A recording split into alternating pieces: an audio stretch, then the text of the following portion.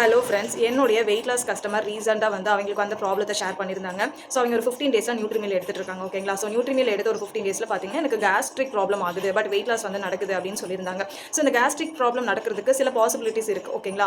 So first வந்து பார்த்தீங்க அப்படின்னா நம்மளுடைய எம்டி ஸ்டொமக்கில் நம்ம நியூட்ரிமில் எடுக்கிறப்போ அந்த மாதிரி நடக்கலாம். ஏன்னா நியூட்ரிமில் ப்ரோட்டீன் ஃபைபர் இருக்கிறதுனால ஸோ எம்டி ஸ்டொமக்கில் எடுக்கிறப்போ அது நம்மளுடைய ஸ்டொமக் ஆசிட்டை இரிட்டேட் பண்ணி நமக்கு வந்து அந்த ஃப்ளோட்டிங் அப்படிங்கிறது கிரியேட் ஆகும். ஓகேங்களா? ஸோ செகண்ட் ஒன் வந்து பார்த்தீங்கன்னா நியூட்ரிமில் வந்து பார்த்தீங்கன்னா ரொம்ப ஸ்லோவாக சாப்பிட்ற மாதிரி தான் அதை குடிக்கணும். ரொம்ப ஸ்பீடாக நீங்கள் குடிக்கிறப்ப என்ன ஆகும்னா நீங்கள் அந்த ஷேக்கோட சேர்த்து நீங்கள் ஏரையும் சேர்த்து முழுங்குவீங்க. அப்போ என்ன ஆகும்னா உங்களுக்கு அந்த ஒரு ஃபுல்னஸ் இருக்கிற மாதிரி அந்த டிஸ்கம்ஃபர்ட் ஃப்ளோட்டிங் இருக்கிற மாதிரி இருக்கும். ஓகேங்களா?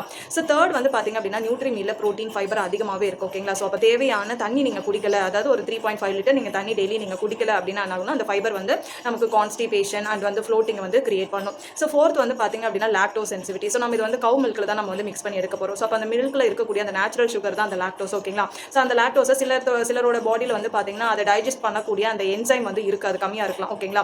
அதனால கூட நமக்கு ப்ராப்பராக டைஜஷன் ஆகாமல் நமக்கு என்ன ஆகும்னா நமக்கு ஃப்ளோட்டிங்கை கிரியேட் பண்ணுறதுக்கு சான்சஸ் இருக்கு.